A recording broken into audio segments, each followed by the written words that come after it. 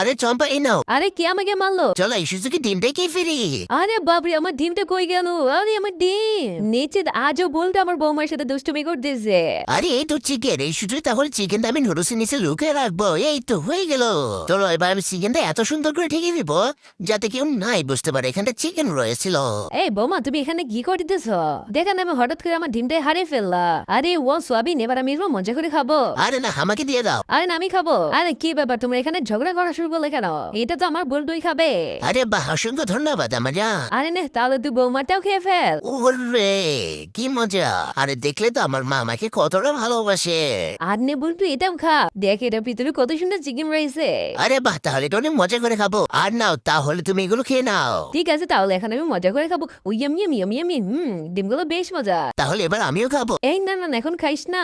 তার এই গাইস, তোমরা যদি রেসিপিটাকে ভালোবাসো এখনই ভিডিওটিতে লাইক আর চ্যানেলটাকে সাবস্ক্রাইব করে ফেলো। আরে বাপরে, এখানে কতগুলো চিকেন, ওখানে এবার আমি জলদি খেয়ে ফেলি। Yummy yummy yummy. চলো এবার আমি তাহলে চিকেন খাবো। আরে বাপরে, আমার চিকেন কোথায় গেল?